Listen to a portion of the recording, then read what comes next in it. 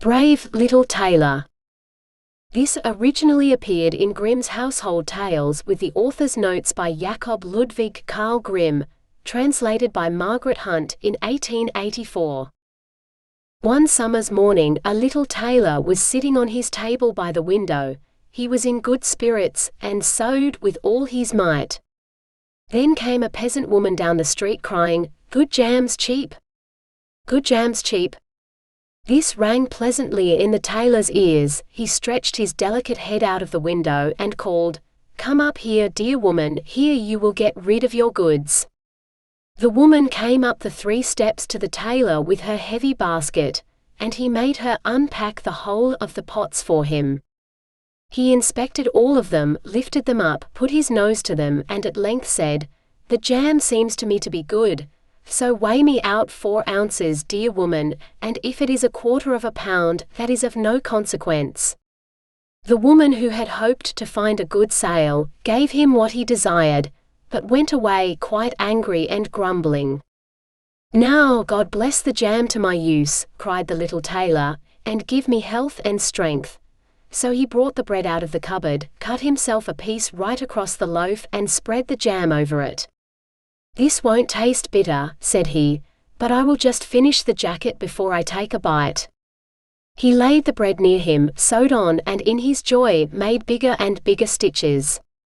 In the meantime the smell of the sweet jam ascended so to the wall, where the flies were sitting in great numbers, that they were attracted and descended on it in hosts.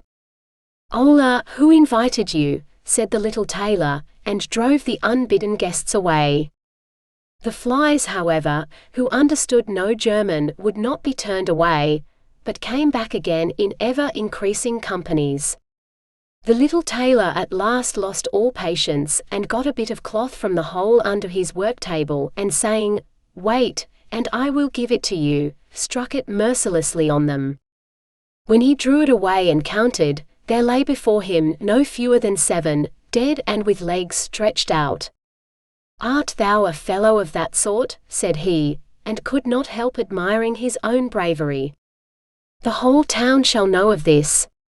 And the little tailor hastened to cut himself a girdle, stitched it, and embroidered on it in large letters, 7 at one stroke. "What, the town?" he continued, "the whole world shall hear of it," and his heart wagged with joy like a lamb's tail. The tailor put on the girdle, and resolved to go forth into the world, because he thought his workshop was too small for his valor. Before he went away, he sought about in the house to see if there was anything which he could take with him. However, he found nothing but an old cheese, and that he put in his pocket. In front of the door he observed a bird which had caught itself in the thicket. It had to go into his pocket with the cheese. Now he took to the road boldly, and as he was light and nimble, he felt no fatigue. The road led him up a mountain, and when he had reached the highest point of it, there sat a powerful giant, looking about him quite comfortably. The little tailor went bravely up, spoke to him, and said, "Good day, comrade, so thou art sitting there overlooking the widespread world. I am just on my way thither, and want to try my luck. Hast thou any inclination to go with me?" The giant looked contemptuously at the tailor, and said, "Thou ragamuffin! Thou miserable creature!" "Oh, indeed," answered the little tailor, and unbuttoned his coat, and showed the giant the girdle. "There mayst thou read what kind of a man I am."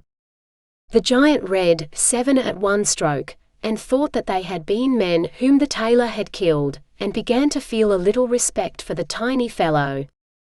Nevertheless, he wished to try him first, and took a stone in his hand, and squeezed it together, so that water dropped out of it. "Do that likewise," said the giant, "if thou hast strength." "Is that all?" said the tailor. "That is child's play with us," and put his hand into his pocket, brought out the soft cheese, and pressed it until the liquid ran out of it. "Faith," said he, "that was a little better, wasn't it?" The giant did not know what to say, and could not believe it of the little man. Then the giant picked up a stone and threw it so high that the eye could scarcely follow it. "Now, little mite of a man, do that likewise." "Well thrown," said the tailor, "but after all the stone came down to earth again, I will throw you one which shall never come back at all." And he put his hand into his pocket, took out the bird, and threw it into the air. The bird, delighted with its liberty, rose, flew away, and did not come back. "How does that shot please you, comrade?" asked the tailor. "Thou canst certainly throw," said the giant, "but now we will see if thou art able to carry anything properly." He took the little tailor to a mighty oak tree which lay there felled on the ground, and said, "If thou art strong enough, help me to carry the tree out of the forest." "Readily," answered the little man, "take thou the trunk on thy shoulders, and I will raise up the branches and twigs, after all they are the heaviest." The giant took the trunk on his shoulder, but the tailor seated himself on a branch, and the giant, who could not look round, had to carry away the whole tree, and the little tailor into the bargain. He behind was quite merry and happy, and whistled the song, "Three tailors rode forth from the gate," as if carrying the tree were child's play. The giant, after he had dragged the heavy burden part of the way, could go no further, and cried, "Hark you, I shall have to let the tree fall." The tailor sprang nimbly down, seized the tree with both arms as if he had been carrying it, and said to the giant, "Thou art such a great fellow, and yet canst not even carry the tree." They went on together, and as they passed a cherry tree, the giant laid hold of the top of the tree where the ripest fruit was hanging, bent it down, gave it into the tailor's hand, and bade him eat. But the little tailor was much too weak to hold the tree, and when the giant let it go, it sprang back again, and the tailor was hurried into the air with it. When he had fallen down again without injury, the giant said, "What is this? Hast thou not strength enough to hold the weak twig?" "There is no lack of strength," answered the little tailor. "Dost thou think that could be anything to a man who has struck down 7 at one blow? I leapt over the tree because the huntsmen are shooting down there in the thicket. Jump as I did, if thou canst do it." The giant made the attempt, but could not get over the tree, and remained hanging in the branches, so that in this also the tailor kept the upper hand. The giant said, "If thou art such a valiant fellow, come with me into our cavern and spend the night with us." The little tailor was willing, and followed him. When they went into the cave, other giants were sitting there by the fire, and each of them had a roasted sheep in his hand, and was eating it. The little tailor looked round and thought, "It is much more spacious here than in my workshop." The giant showed him a bed, and said he was to lie down in it and sleep. The bed, however, was too big for the little tailor. He did not lie down in it, but crept into a corner. When it was midnight, and the giant thought that the little tailor was lying in a sound sleep, he got up, took a great iron bar, cut through the bed with one blow, and thought he had given the grasshopper his finishing stroke. With the earliest dawn the giants went into the forest, and had quite forgotten the little tailor, when all at once he walked up to them quite merrily and boldly. The giants were terrified. They were afraid that he would strike them all dead, and ran away in a great hurry. The little tailor went onwards, always following his own pointed nose. After he had walked for a long time, he came to the courtyard of a royal palace, and as he felt weary, he lay down on the grass and fell asleep. Whilst he lay there, the people came and inspected him on all sides, and read on his girdle, 7 at one stroke. "Ah," said they, "what does the great warrior here in the midst of peace? He must be a mighty lord." They went and announced him to the king, and gave it as their opinion that if war should break out, this would be a weighty and useful man who ought on no account to be allowed to depart. The counsel pleased the king, and he sent one of his courtiers to the little tailor to offer him military service when he awoke. The ambassador remained standing by the sleeper, waited until he stretched his limbs and opened his eyes, and then conveyed to him this proposal. "For this very reason have I come here," the tailor replied. "I am ready to enter the king's service." He was therefore honorably received, and a special dwelling was assigned him. The soldiers, however, were set against the little tailor, and wished him 1,000 miles away. "What is to be the end of this?" they said amongst themselves. "If we quarrel with him and he strikes about him, 7 of us will fall at every blow, not one of us can stand against him." They came therefore to a decision, betook themselves in a body to the king, and begged for their dismissal. "We are not prepared," said they, "to stay with a man who kills 7 at one stroke." The king was sorry that for the sake of one he should lose all his faithful servants, wished that he had never set eyes on the tailor, and would willingly have been rid of him again. But he did not venture to give him his dismissal, for he dreaded lest he should strike him and all his people dead, and place himself on the royal throne. He thought about it for a long time, and at last found good counsel. He sent to the little tailor and caused him to be informed that as he was such a great warrior, he had one request to make to him. In a forest of his country lived 2 giants who caused great mischief with their robbing, murdering, ravaging, and burning, and no one could approach them without putting himself in danger of death. If the tailor conquered and killed these 2 giants, he would give him his only daughter to wife, and half of his kingdom as a dowry. Likewise 100 horsemen should go with him to assist him. "That would indeed be a fine thing for a man like me," thought the little tailor. "One is not offered a beautiful princess and half a kingdom every day of one's life." "Oh yes," he replied, "I will soon subdue the giants, and do not require the help of the 100 horsemen to do it. He who can hit 7 with one blow has no need to be afraid of 2. The little tailor went forth, and the 100 horsemen followed him. When he came to the outskirts of the forest, he said to his followers, "Just stay waiting here, I alone will soon finish off the giants." Then he bounded into the forest and looked about right and left. After a while he perceived both giants. They lay sleeping under a tree, and snored so that the branches waved up and down. The little tailor, not idle, gathered 2 pockets full of stones, and with these climbed up the tree.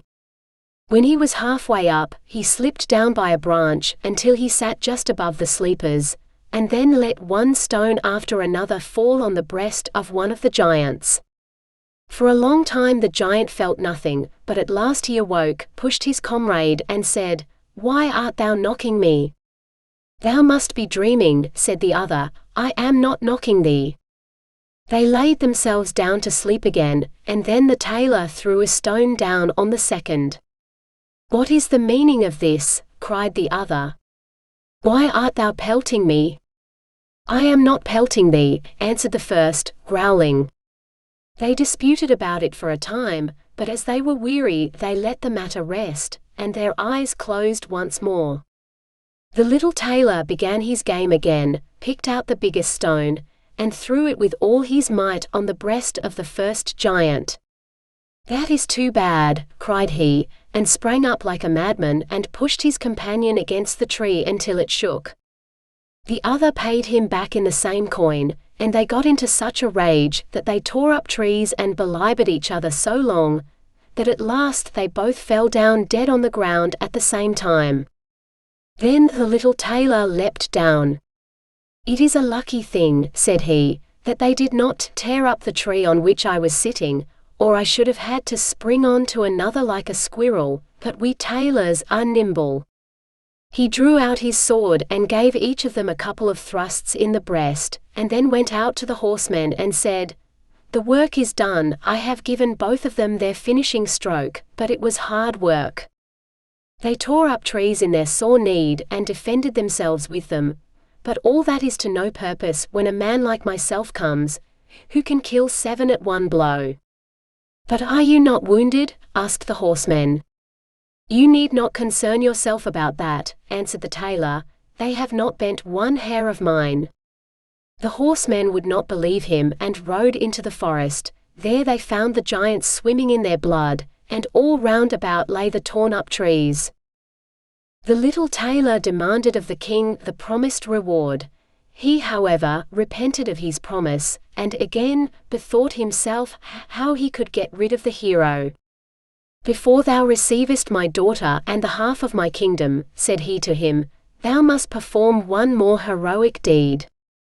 In the forest roams a unicorn which does great harm, and thou must catch it first. I fear one unicorn still less than 2 giants. 7 at one blow is my kind of affair." He took a rope and an axe with him, went forth into the forest, and again bade those who were sent with him to wait outside. He had to seek long. The unicorn soon came towards him and rushed directly on the tailor, as if it would spit him on his horn without more ceremony. "Softly, softly, it can't be done as quickly as that," said he, and stood still and waited until the animal was quite close, and then sprang nimbly behind the tree. The unicorn ran against the tree with all its strength, and struck its horn so fast in the trunk that it had not strength enough to draw it out again, and thus it was caught. "Now I have got the bird," said the tailor, and came out from behind the tree and put the rope round its neck, and then with his axe he hewed the horn out of the tree, and when all was ready he led the beast away and took it to the king. The king still would not give him the promised reward, and made a third demand. Before the wedding the tailor was to catch him a wild boar that made great havoc in the forest, and the huntsmen should give him their help. "Willingly," said the tailor, "that is child's play." He did not take the huntsmen with him into the forest, and they were well pleased that he did not, for the wild boar had several times received them in such a manner that they had no inclination to lie in wait for him. When the boar perceived the tailor, it ran on him with foaming mouth and whetted tusks, and was about to throw him to the ground, but the active hero sprang into a chapel which was near, and up to the window at once, and in one bound out again. The boar ran in after him, but the tailor ran round outside and shut the door behind it. And then the raging beast, which was much too heavy and awkward to leap out of the window, was caught.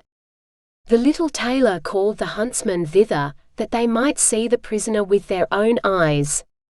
The hero, however, went to the king, who was now, whether he liked it or not, obliged to keep his promise, and gave him his daughter and the half of his kingdom. Had he known that it was no warlike hero but a little tailor who was standing before him, it would have gone to his heart still more than it did. The wedding was held with great magnificence and small joy, and out of a tailor a king was made. After some time the young queen heard her husband say in his dreams at night, "Boy, make me the doublet, and patch the pantaloons, or else I will wrap the yard measure over thine ears." Then she discovered in what state of life the young lord had been born, and next morning complained of her wrongs to her father, and begged him to help her to get rid of her husband, who was nothing else but a tailor. The king comforted her, and said, "Leave thy bedroom door open this night, and my servants shall stand outside, and when he has fallen asleep shall go in, bind him, and take him on board a ship which shall carry him into the wide world."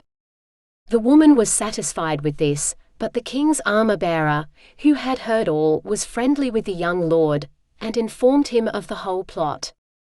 "I'll put a screw into that business," said the little tailor.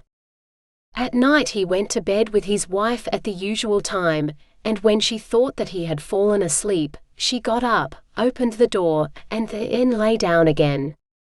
The little tailor, who was only pretending to be asleep, began to cry out in a clear voice, "Boy, make me the doublet and patch me the pantaloons, or I will wrap the yard measure over thine ears. I smote 7 at one blow. I killed 2 giants, I brought away 1 unicorn and caught a wild boar, and am I to fear those who are standing outside the room?" When these men heard the tailor speaking thus, They were overcome by a great dread, and ran as if the wild huntsman were behind them, and none of them would venture anything further against him. So the little tailor was a king and remained one, to the end of his life.